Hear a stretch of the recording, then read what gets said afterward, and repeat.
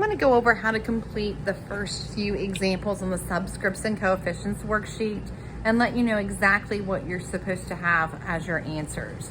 So there are 4 pieces of information that you are looking for. You're looking for the number of molecules in each formula, the number of elements, the number of atoms per molecule, and then the total number of atoms in the entire formula. And I'll just kind of give you some hints. If you want to write on the paper, you can, however you want to do it. But when you're looking for how many molecules, they're asking you to look at the coefficient. And that's the big number up front right here. So when this example here, when it says how many molecules are there, there's a 3 here for the coefficient, so there are 3 individual molecules. If there's no number in front, if there's no coefficient, just assume that it is only one molecule. For the number of elements, you're going to count your capitals, your capital letters. So in this case, we've got a capital H and a capital O. So there are 2 elements. The number of atoms per molecule. For this one, you're going to just add up your subscripts.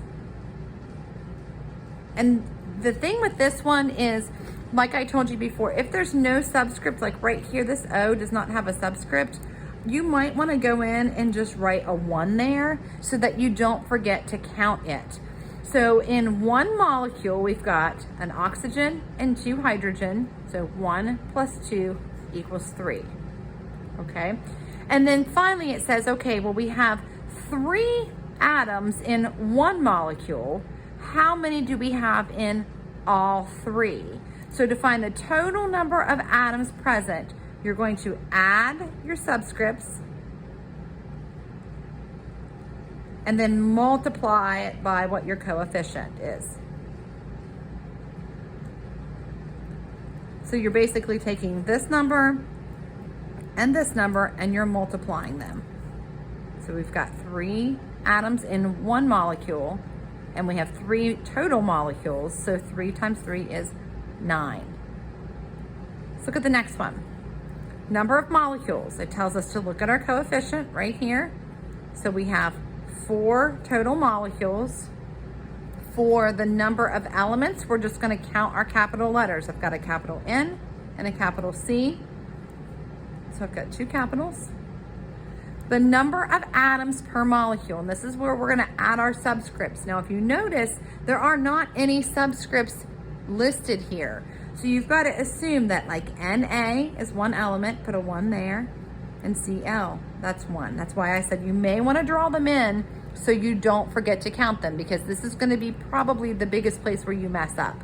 So in if I take off this 4, in just 1 molecule, I've got 2 atoms.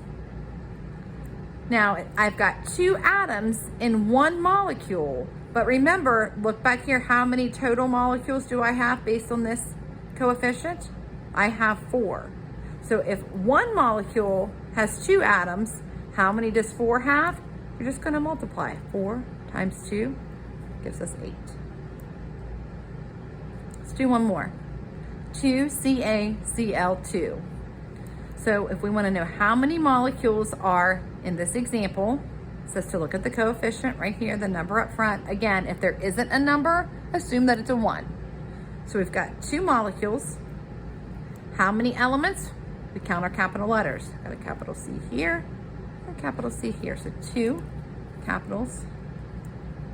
How many atoms are in each molecule? So you can kind of cover up this subscript. This is just showing 1 molecule. We've got a subscript here, but you cannot forget that there's a 1 right here. So we're adding them together. 2 plus 1, that's 3 atoms in 1 molecule, but we don't just have 1 molecule, we have 2.